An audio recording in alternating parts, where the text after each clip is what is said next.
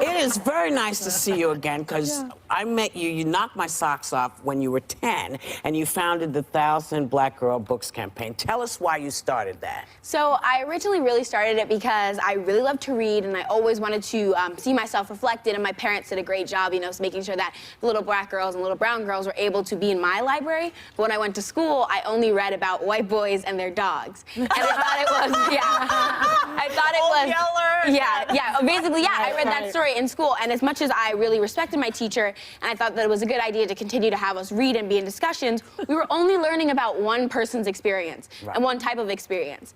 And I thought it was a real problem because I had the opportunity to see myself being reflected, but all these other girls, especially black girls in my class, did not see themselves as important and did not see their identity to be strong and deeply rooted inside of them. So I wanted to make sure that I would be able to tackle that and help other girls and see themselves. So I've collected in total 11,000 books that are black girls as the main characters and donated them to school.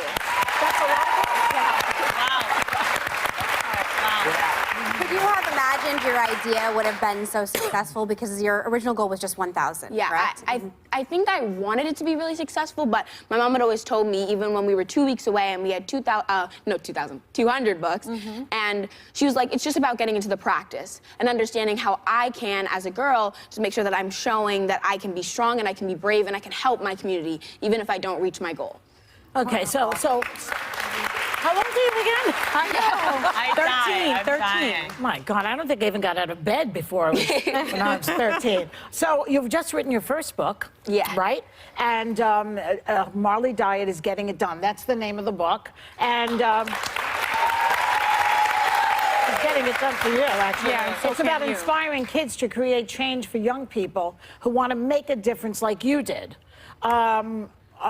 Where did you start? Where should these girls and boys start?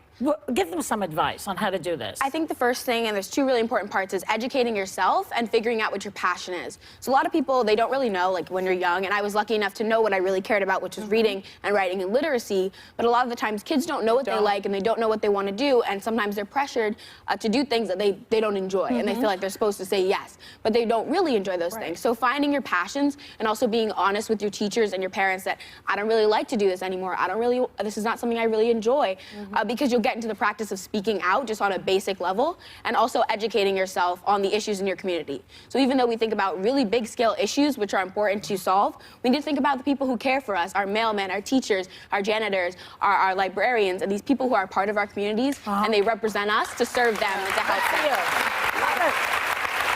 I can say my 11-year-old daughter has no problem telling me what she will and won't do. I tell you that. But one thing that I loved about the book, you talk about ways kids can activate, meaning be activists. And you say one of those ways is to be an upstander.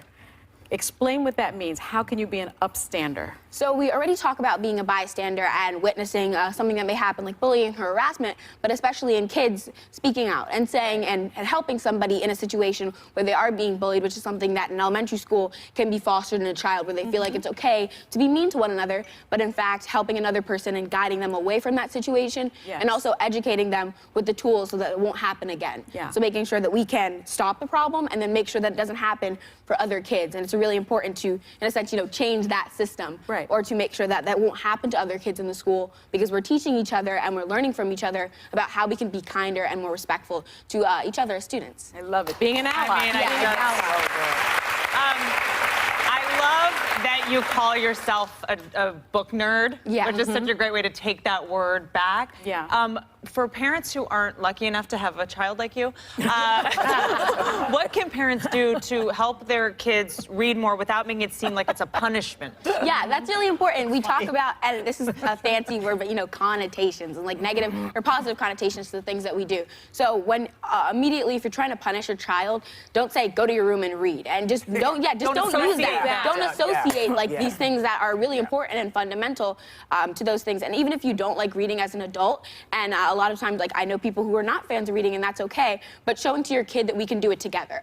And that even though I don't like it and you don't like it, maybe we could try to watch a movie about a book and then read the book after. And not necessarily incentivizing, but making sure that we see that and letting kids choose the book they want to read. Don't force them to. Having a choice and making sure that we are able to show kids that they can have an opinion and have a say. I want you to come back. I want you to come back because you're incredible. Our thanks to the inspiring and incredible Marley Dias. To find out how you can get involved, go to our website. Her book, Marley Dias Gets It Done, right? So can you. Yeah, so it's available now. And you know what, y'all? Okay, you're all going home with it. That's all I have to say. We'll be right back.